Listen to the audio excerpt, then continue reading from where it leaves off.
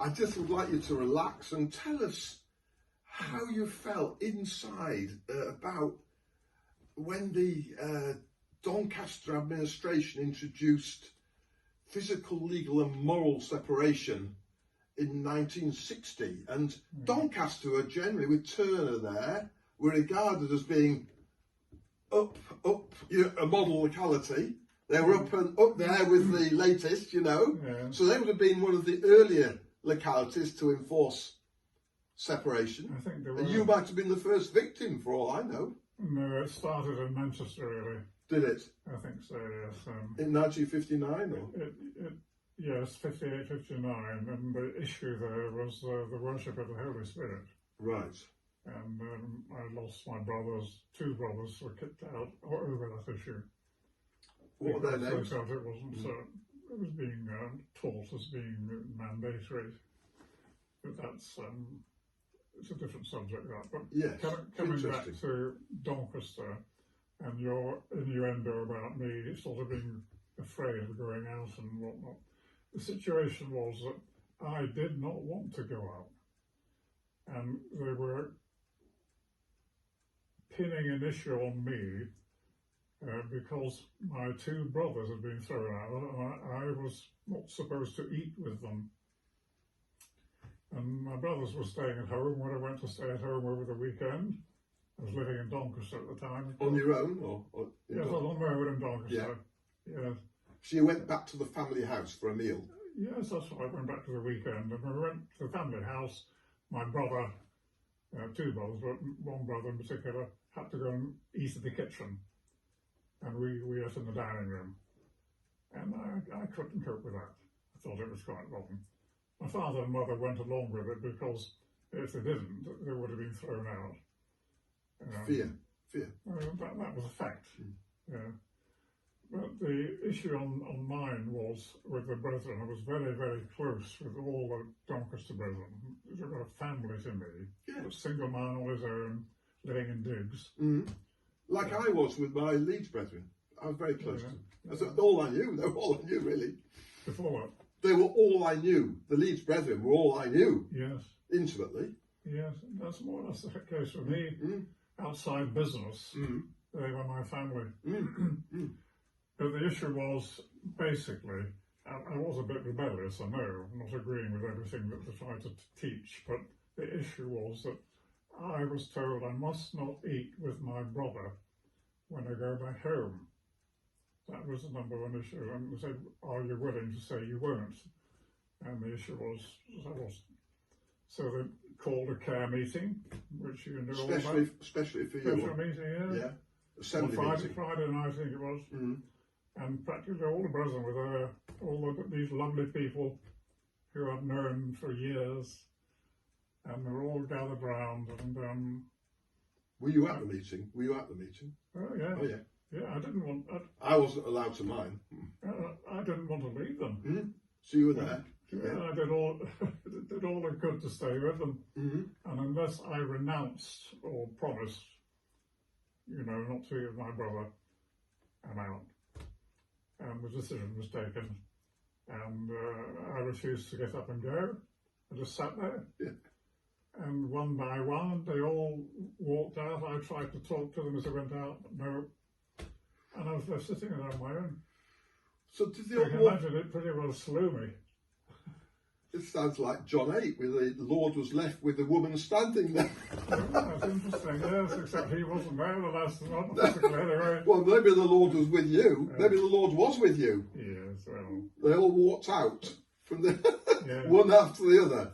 What was so sad was over the years I had actually lived with quite a number of these families. John Smith was a name you might know. Lovely man, Yes, I actually lived with them for about 3 or 4 weeks. Do you remember his son Peter? Remember Peter? Well, not so. I remember Rachel, his daughter. But Peter, no. What about Peter? Peter Smith. I used to like him. Nice guy. I beg your pardon? I used to get on well with him. Oh, did you? Peter Smith, yeah. Yes, his father, John, was a lovely man. A very pious, saintly gentleman. Yeah. And of course his wife was disabled, wasn't she? Yes. What happened to Rachel, by the way? She was a lovely girl. Rachel Smith. I just can't remember. Did she marry one of the Johnson boys? There's a man called George Johnson there. Yes. Did you know George Oh, I Johnson? know him well. Yeah, I liked him.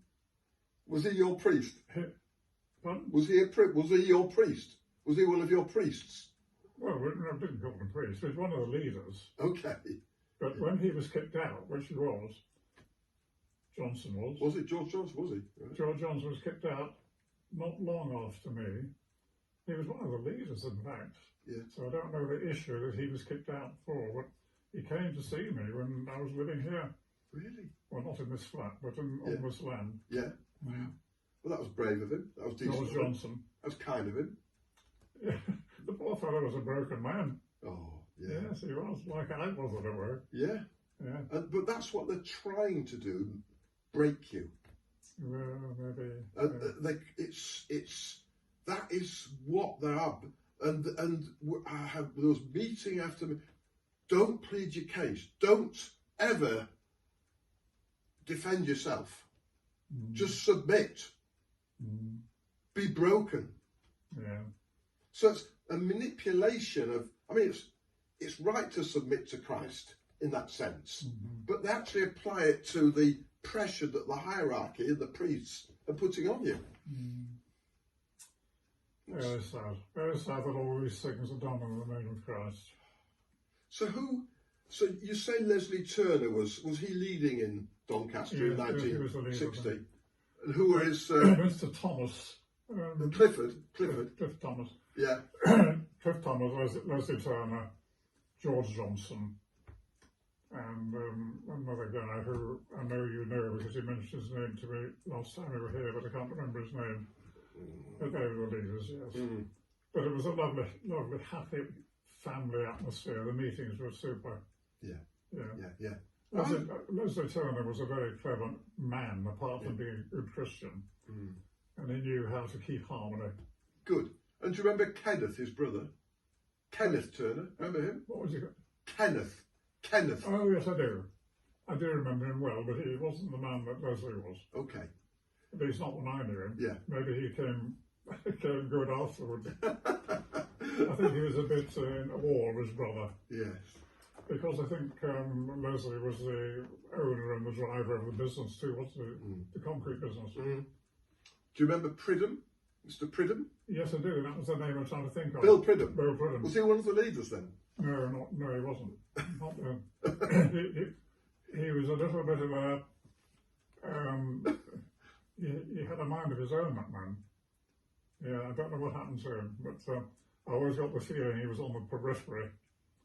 He was a bit too intelligent, was he, for the system? I don't know, but on that particular meeting when I was kicked out, I got the feeling that Bill Pridham, who was sitting, well, forget that word sitting, but I got the feeling he wasn't too happy about it. Yeah. And I presume years after he must have been thrown out, but I don't know. No, he survived. Oh, did he survive? Yeah. He's not still in, is he? He's died. He's with the Lord. Yes. But he's a lovely man. Yes. And Peter Pridham, his son, I don't know if you ever didn't know him. No, but he was kicked out in the 80s, I think it was. And he now is a pastor of a church near Doncaster. And, it's so sad because the arbitrary system being imposed on these people. Another would be Ernie Hughes. Do you remember the Hugheses? From Chesterfield? Yes. Or Walter Lee. Remember Walter Lee and his Jaguar from Chesterfield? Oh, I knew him. Right. Yes. Yeah, I remember going around. He owned the church. He must have had a lot of money, mustn't he? I think he was a bit of a slippery man. Right.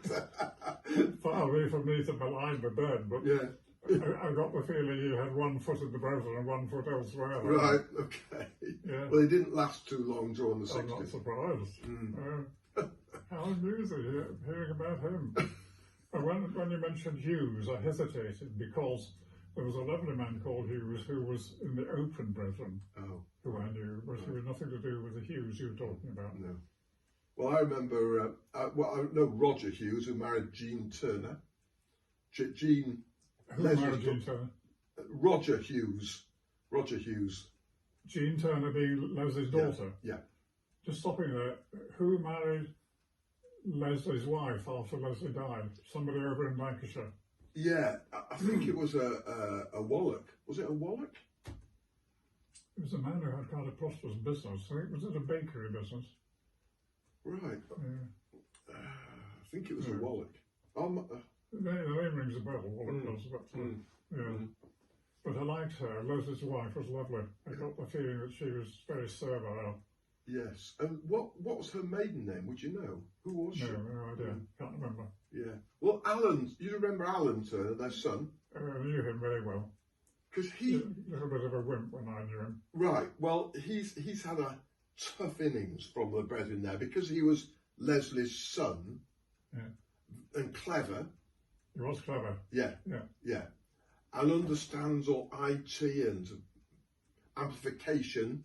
Yeah. They called him in to do microphones in rooms because he was a cut above, basically. But he's had one hell of a hard time in Doncaster. Yeah. He's put on a pedestal, was he? He might have been in Leslie's day in the 60s. Yes, probably. Yeah. But he's been mercilessly ground down in recent times. In what way? Well, he had bought land because he was wealthy, or one of the wealthy ones. Yeah. He bought land for a meeting hall near the airport, near the Doncaster airport. And he was mucked around terribly by the hierarchy, including my brother, Garth. And basically, rather than just say, thank you, Alan, and look after him and protect his interests and his assets, as far as I can see, they gave him such a hard time, they basically stole and ground him down and stole their money for the testimony. So it looks all very fine that his money's gone for the testimony, but it's all being squirreled away by the hierarchy. So the system, they're selling the system as God's body on earth, or Christ's body on earth, and the assembly. So people are pouring their billions into there and giving up land for meeting rooms. They think they're doing Christ's work. And so, but what they're... I'm not surprised you're after them. Thank you. I'm not surprised. Well, they're worth, they're proved to be worth as an organisation, with all the businesses, at least £22 billion. Just say that again. Apparently, as an organisation, they are worth £22 billion. Well, somebody's arrived at this because they have access to some records. Well, where are all these records? Well, very difficult to find them, but there are some investigators, forensic investigators, private investigators, being able to find them. Searching. Yeah, and for instance, the British government, from whom they got charitable status, have awarded, just in the UK alone, £2.2 billion of PPE equipment orders to brethren businesses. Really? And there's only 17,000 brethren across the whole of the UK. 2.2 billion. In business, to produce these things, you mean? Yeah. Is that the sort of money the government's spending on these things? Yeah. It is terrifying, isn't it? A lot of it, lots being scrapped, thrown away, burnt, discarded. A lot of them are given away, actually. But they go to foreign countries. But there's all sorts of wrongly spec'd stuff come across that has to be scrapped. They've just, so the brethren have been making a fortune off the calamity of COVID. Yes, I've heard this elsewhere, oddly enough. Not good, eh? There's a big factory in Knaresborough, isn't there, or somewhere near Knaresborough, doing something on this line. Is the Brethren factory? Yes, because we know a girl in Wetherby here who works for them. Oh, really? Yeah. I'd like to meet her. When I say worked for them, she worked for them. Oh, I see. Yeah. Yes. She might be interested to meet me because I know them inside out. I know my daughter it lives in Knaresborough, and my son lives on Abbey Road, in one of those mansions. Yes. So I've got 2 children in Knaresborough. Sorry, what? I've got 2 children in Knaresborough. You have? Yes. Your own children? Yes. In the Brethren. Oh, I see. I thought they were all in Australia. Oh, I picked up some wrong information. No, I'm marrying a girl from Australia. I'm getting remarried to a wonderful Christian. In Australia? Yes. Who was in the Brethren 21 years ago. Sorry? She was in the Brethren 21 years ago. In the Brethren, in Australia? No, in New York. In New York? Mm. And married an Australian guy and moved to Australia. Yeah, I see. And that's broken down because of the brethren stuff. When they got married, she's black. She's a black girl, coloured girl. Yeah. So the Brethren withdrew from the white brother she was marrying the night before they got married. Because they was marrying back? Yeah. What year was that? What year was that? That was 2002. Oh, I see. Comparatively recent. Yeah. I mean, it wasn't going back away to the 1960s or 70s. No. And are the Brethren as such against that then? White people marrying black people? Oh, yeah. Are they really? Awful discrimination. Not only racial discrimination, but religious discrimination. I mean, this is it. They're saying that you and I are evil, unworthy of breaking bread with them, but they are the elite. They are God's people. Yeah. They're in the light, we're in the dark. Yes, this issue of what you meant just touching on now about race and so on, I never knew that. That is anti-biblical. Yes, we're all one in Christ. Exactly. Yeah, so if a person who is in fellowship with the Brethren now falls in love and wants to marry a foreigner, say a Japanese or not necessarily a black man or woman, can't they do it? Well, there's no Japanese Brethren anyway, but they have to marry within the exclusive church, you see. I see, and aren't there any black people in the church at the moment? There's a few in the Caribbean, but apart from that, hardly any. That's interesting. The fellowship is in the Caribbean as well. Yeah. Oh, that's interesting. I'm in touch with them at the moment. That's interesting. I should think they must be having rather a hard time then. Yeah. But they're under the strict control of Bruce Hales, you see, and basically acting like little policemen enforcing his word. But if that is their principle, those poor black people under Bruce Hales are not going to be very happy because they want to be free to mix with all their brethren. But they're trapped in the system. They're trapped.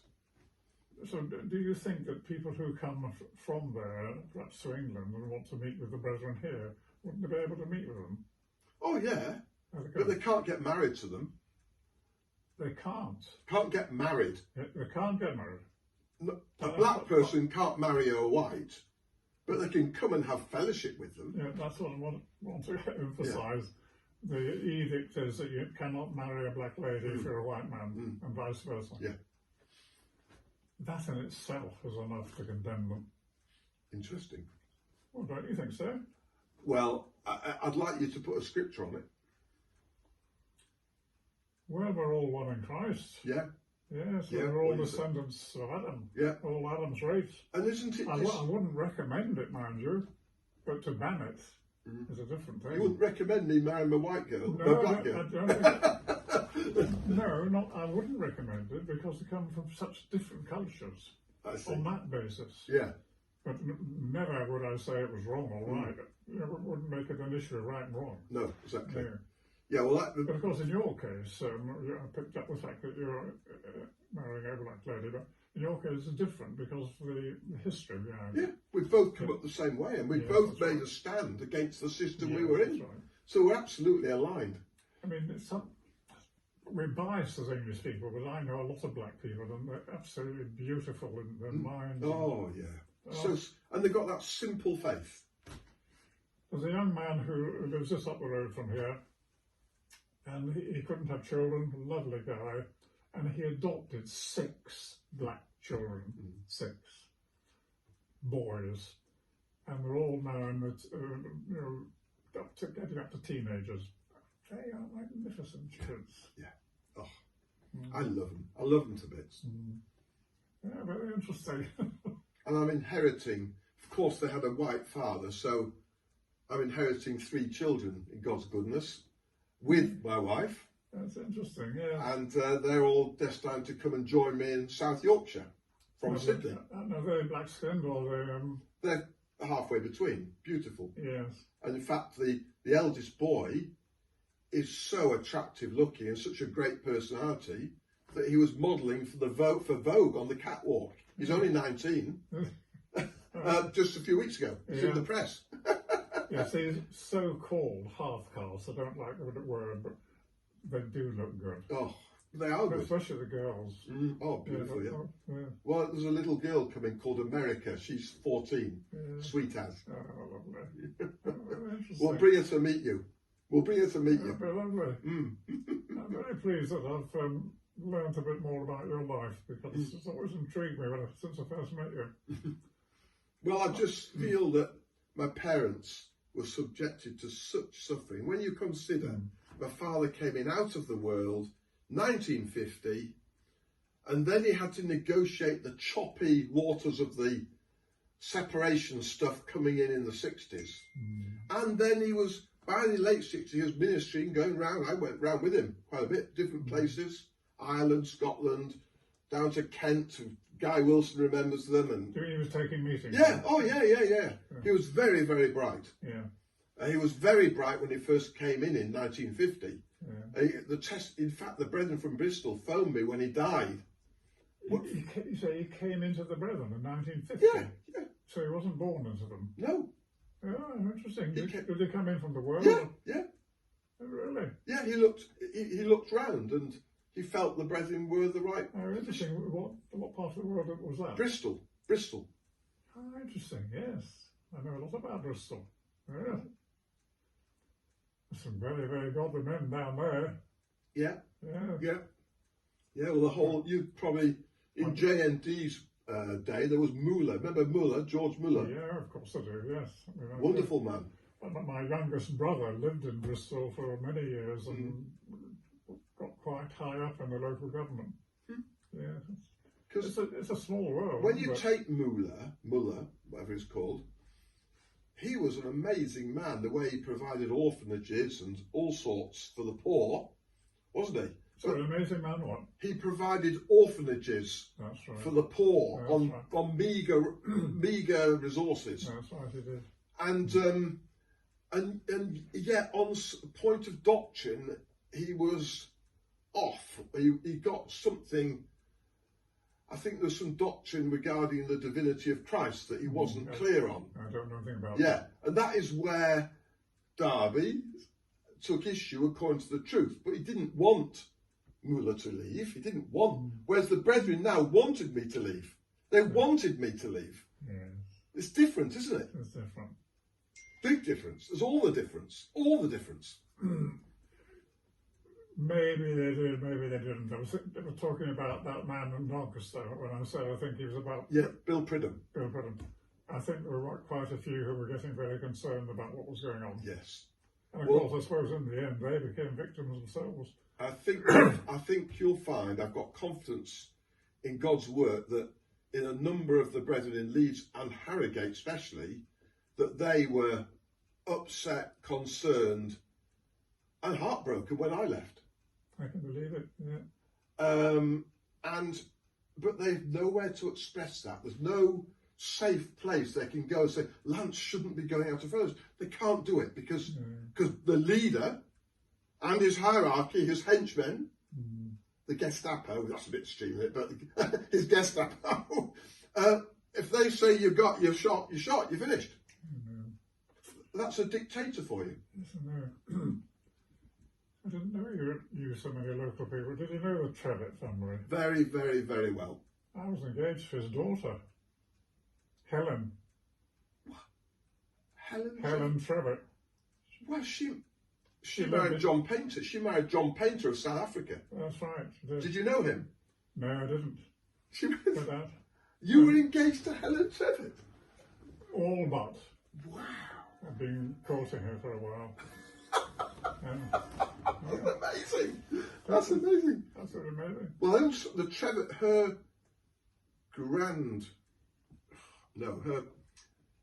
Richard Trevitt's her sister. I think. No, that's the next generation up. No, I can't remember the names of the family. There was Peter, Richard, Helen. And Peter, Richard married Stuart Price's daughter from Wembley. Yes.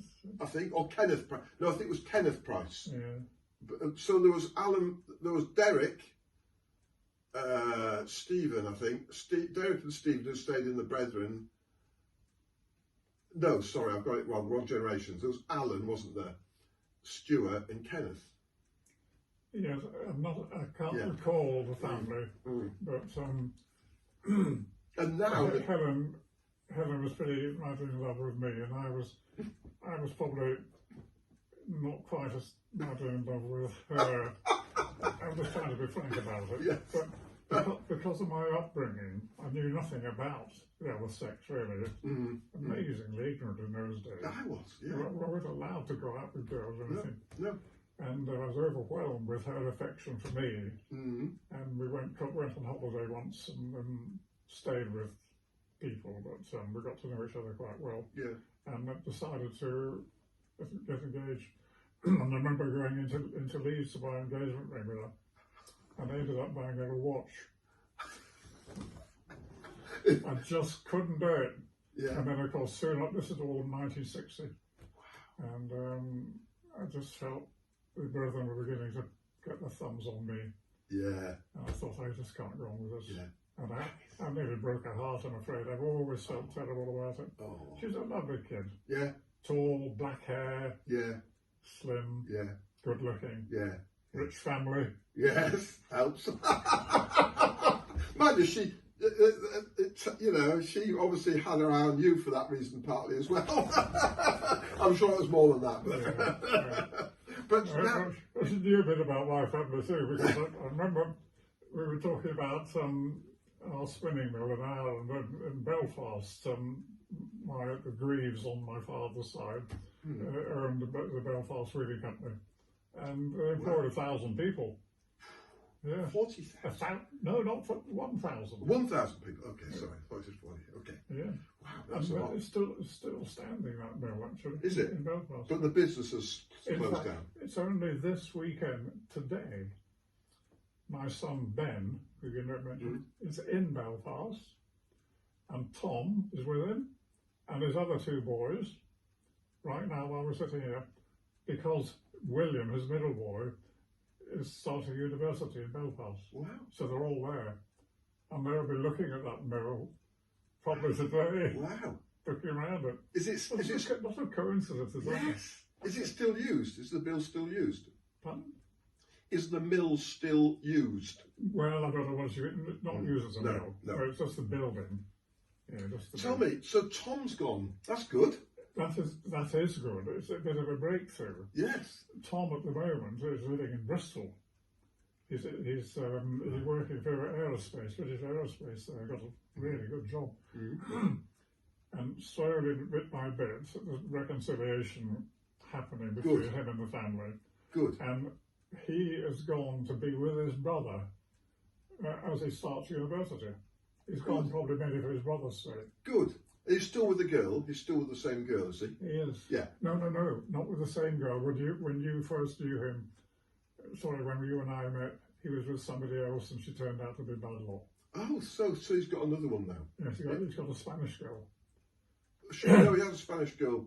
I think he had a Spanish girl. Was it Spanish? Yeah, maybe. Yeah. The first girlfriend he had, she was bad news. And where was she from? She local down where they live. Okay. Yeah. Yeah. But I've not met the Spanish girl, but apparently she's a lovely girl. I think she's sort of half caste too. Is she not?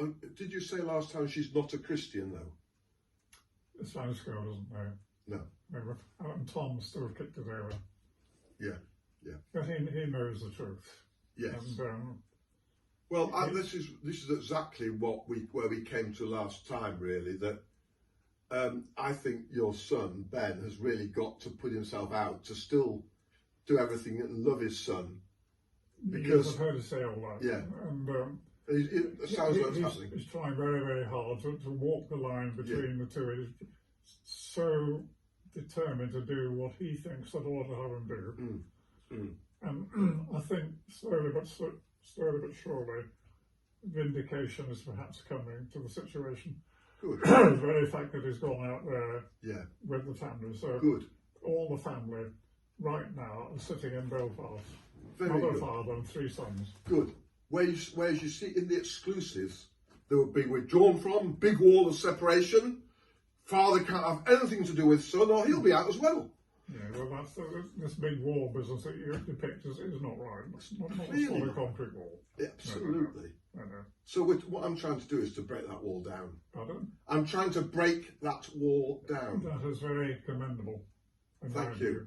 Well, the middle wall of petition between Jew and Gentile had to be brought down. Today it's exclusive brethren and ex-brethren, and you know, they regard us as terrible because they have to, because we've got the truth, actually. We know the truth. Yes, I know. So if we got through and told them the truth, they would be in trouble. What are these so-called exclusive brethren doing about all the other lost people? How are they trying to proselytise? No, they How don't. are they doing it? No. I mean, if a searching soul in Knaresborough wants to go into their rooms to hear the gospel, can they get in? There's no welcoming sign or nobody trying to get them in, so nobody does, you know. And it's very frightening trying to get in, because I tried to get in myself. the new In Knaresborough. in the big hall. I pretended to be a lost pilgrim, you know. And what happened? Well, I was stoked with rather, I was more or less stopped at the gate. They've got big gates. Yeah. And they've got sort of people, as you know, not necessarily standing guard, but if a stranger comes in, people suddenly descend on them. Yeah. What do you want? Who are you do? It's like an Inquisition, isn't it? I must say I was a bit scared, but I thought, I'm going to do it. I'm going to just go in as a stranger and see what's going on. Mm-hmm. Didn't get in. Well, I used to take people in when I was there into the gospel, and I was not appreciated. You mean that was before you were thrown out? Yeah. Obviously. Yeah. Really? Yeah. It happened very rarely, but I used to push the parameters a bit. Yeah. And there was a guy in York who used to get the train and come across, and I picked him off from the station, and he kept coming, must have come 20 times probably. And in the end, my brother said to me, he can't just keep coming. I said, why not? Oh, he's got to, he hasn't yet bowed down, as it says in one of the epistles, and say God is indeed amongst you. Is that what you said? That's what my brother said. Because he hadn't bowed down, said, God is indeed amongst the brethren, he couldn't come anymore. It's not a laughing matter, actually. I mean, it's sad, isn't it? Do. It's sad. It'll make us sad. Oh. Yeah. And this was a simple soul who had some problems. You know, he wasn't the full shilling in a way, and he had a few boogie things in his house. So the brethren made a massive issue. If he's got boogie things here, so he can't come to the preaching. Well, they're the very people that do need the word of God, do need Christ, you know. Oh dear, oh dear, oh dear. Just picking up on something just might help a bit of doubt it. I'm telling you about a girl who worked for the brethren in Knaresborough, called Jean Watson. And I think you suggested it might be nice to meet her. I'm a bit like this about it because we've not been in touch with her for quite a few years. Okay. But she used to be my wife's helper. She used to go and do the cleaning in the house. And she lived in a council house and been on benefits. And she's really very poor. And I suppose that's the sort of person the brethren would like to get hold of and work. Well, and they don't pose any threat. If they were very clever or very well padded, they could become a threat to the brethren's business when they find out things that are going on. So she's the perfect person and very servile. Yeah. And always yes, and those feedback still. Yeah, that's exactly. But if you are keen about meeting her, my wife Susie's in touch with her, and I'll run it across her.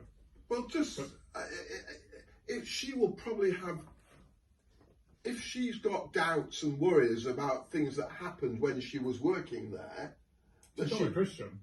No. But if she was puzzled, I can just explain to her. Pick it out, couldn't you? I could, explain to her why things happened like they did. You know. Yeah, that's probably interesting. Yeah. I'll ask Susie. But she's a vulnerable girl, and you need to be careful. Yeah. She had, I think she got 3 children, all from different men. So you can see the sort of background she's from.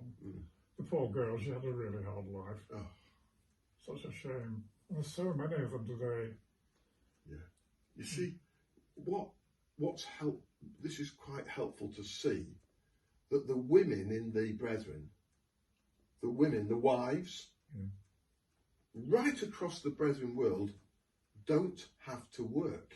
The husbands do the work. And yet they have luxurious houses. They get Can I stop you? You say they don't have to work. You mean you're not allowed to work? Exactly. That's a big difference. But they don't. The fact they don't have to work makes them very fond of Bruce Hales, who's created this wonderful system where the women don't know the discipline of work. Yes, and just sit back and enjoy it all. Yeah. Yeah. So it's not a healthy place to be. No, it isn't. So the women all adore him. Are they a little bit like this under their husbands? Yeah. Oh yes. They would never admit it, but they are really second-class citizens to the men.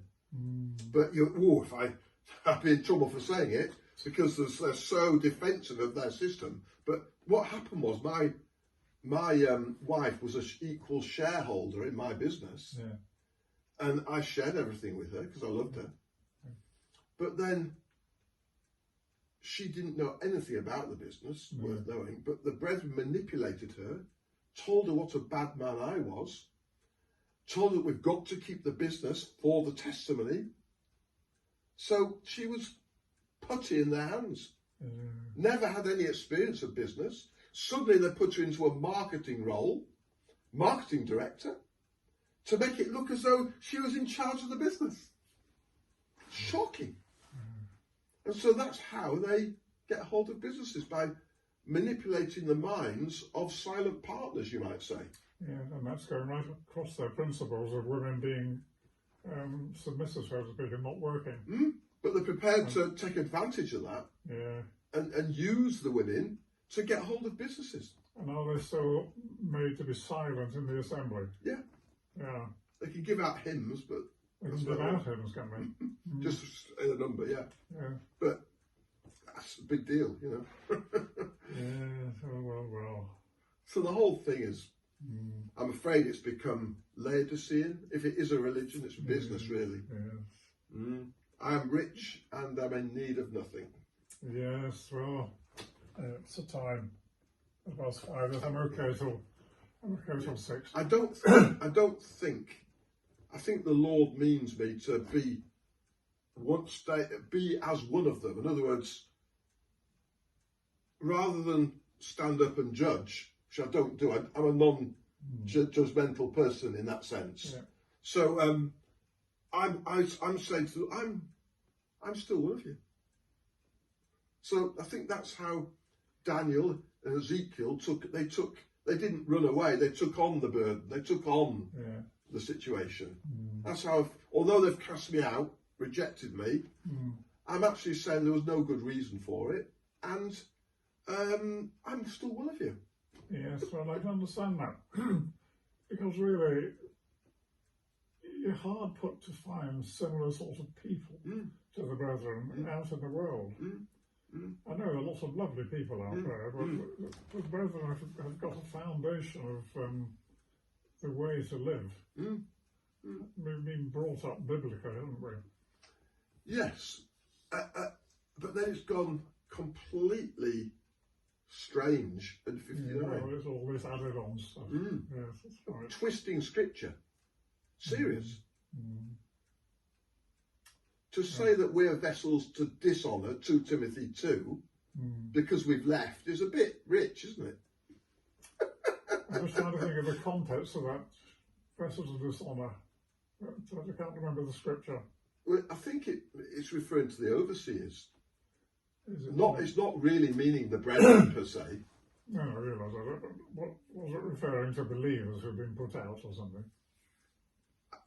Well, I think it's more in the connection of church sins and leading men, overseers, elders, deacons, all that, you know. Just going back to the role of women in the brethren, which you probably know about now, what sort of freedom do they have regarding courting, finding a boyfriend? Is that kept under control a bit as well? Very strict. All the marriages have to go to the leader for approval. Have to go what? To the leader for approval. Really? Yes. And do you mean to Bruce Hales? Yeah. Do you mean he doesn't meet everybody? No, he says yes or no. Well, it looks at a bit of paper, you mean? Pretty much. Yeah. He's in direct touch with heaven, you see. So these two young folk, they're quite free to go out together, are they? Oh no, they're not allowed to touch each other until the marriage bed, pretty much. We're back in Afghanistan. Yes, exactly. I mean, it's completely... When are they going to have veil? It's a puritanical approach. Yeah. And of course, like you said, you didn't know anything about courting or sex when you were 19, when you were... No, nothing. Same here. Mm. So that we're so naive, and I think the awful thing is that they manipulate young minds at the age of puberty. They literally may not have happened to you in the day, but now the priests get hold of people very young and control their sex lives. Really? Oh yeah. In what way? You mean by what they say? Yeah, so if you put a step wrong, you go straight to the priest, oh, sorry, and confess it all, like a good Christian does. Does that really come? Oh! You confessing those sins to the priest? Yeah. Wow, does it really come to that? And they control masturbating and say how evil that is. So it's all very, very, very... That's going to wreck, psychologically, that's going to wreck men. It does. So they've got them. Yeah. It's shocking. It's probably a lot more serious than we realise. Yes. And they take them out of they don't allow any sex education at school. No. And they say it's meant to be the parents, but the parents don't know how to teach the kids largely. You know, in any deep sense, any proper sense. Well, if they've been brought up in the brethren, they won't watch about it anyway. No, exactly. Yeah. It's puritanical. It's just we've got to. You didn't like the word last time, but you pulled me up when I used the word modernise. We've got to but you know what I mean. We've got to make sure that Christianity is compatible with life. Otherwise, we're just not going to get the young people interested. But that doesn't mean you drop the standard necessarily. But it just means that we've got to be real. We've got to be real. I think, if you know what I mean. Maybe that's... And you didn't like... That's another subject. Okay. Yeah. I've got views on that. What I don't like, though, is the control from puberty. No, that is bad news. Yes, I'm not surprised to hear that, actually. And then they'll have priestly visits, 2 or 3 priests with one young sister in her mid-teens. Really? On her own with the men? Yeah. That is bad. No wonder the son... before they get married? Oh yeah. Before they start. Oh yeah. Giving them what for about any impropriety. My daughter, who's now in Knaresborough, went out one night with a bachelor boy, local boy. They came back. I met them. They assured me there hadn't been any intercourse, but they'd been playing around with each other. And the whole thing went to the leader, and we were all shut up. They were withdrawn from. They were both in the brethren, were they? Yeah.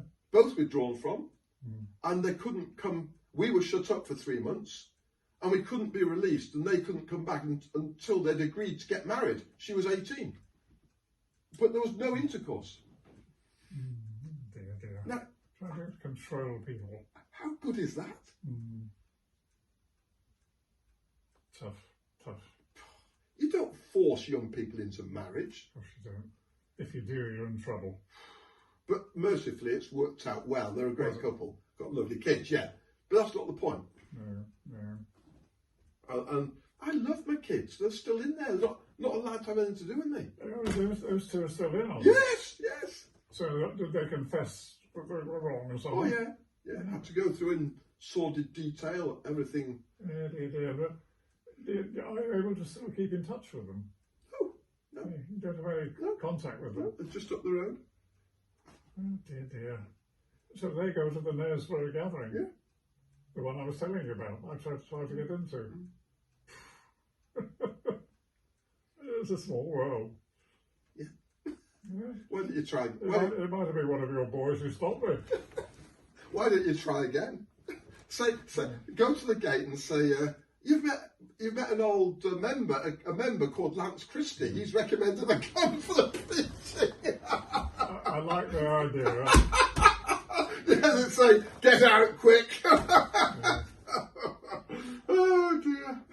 If I had the physical ability, I might even do it. But I have a job standing up talking to you. Well, I'll come and hold your hand.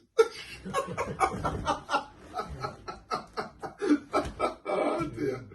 Oh dear. Yes, getting back to your mother. Your mother was the one I knew better than your father. I used to go and sit with her in the house quite often. We used to go and do some gardening, actually. Really? Yeah. That's kind of you. Yeah, just up from the doctrine. At Collingham. Yeah. Yeah. But you see, she was put into hospital sectioned under the Mental Health Act. Very sad. Yeah. And would you agree? I think that my father's deterioration was down to the way he was treated by the brethren. Probably. Would you? I think it's interesting. Yeah, I think so. Yeah. It's so incredible. Your mother was friendly with a relation of mine called Sidafin. I was trying to think of who she was. There was a lady that your mother was very friendly with in the Brethren from somewhere down Coventry way, I think it was. I think she was called Sidafin. Doesn't ring a bell. Yeah. Oh yeah, another Sidafin as well. Oh, do you? I used to quite fancy a Sidafin girl. Oh, we're related. Gloucester. She later married a Graham Rayner from Sutton, the Rayner. Do you know the Rayners? It rings a bell. Anyway, sorry, I was interrupting. No, it's okay. No, I'm pleased to have it corrected. I thought it was Sidafin. I don't know what the connection, there's some family connection between the Greaves and the Sidafins. I see. Some, down the line. Yeah. They're very well. But your mother was very friendly with this lady because she used to visit your mother. Was she Biddy Sidafin? Would it be Biddy? Pardon? I seem to remember there was a Biddy Sidafin. Was it her? Anyway, I might be wrong. I can't remember, but I do know that this lady was quite good to your mother and came to see her a few times. Yeah. Well, she wasn't in the exclusive. She must have left herself. But I think she was out. Yeah. I seem to remember hearing when I was in there that she was a bad influence, this Sidafin lady, and quite concern to the hierarchy, Yeah, something like that. Yeah. I think she was quite a sort of influential sort of lady. She wasn't a wimp. No. Yeah. No, I think she caused a few ripples of terror throughout the brethren. Yeah, it could be her. Could be her. Well. So interesting.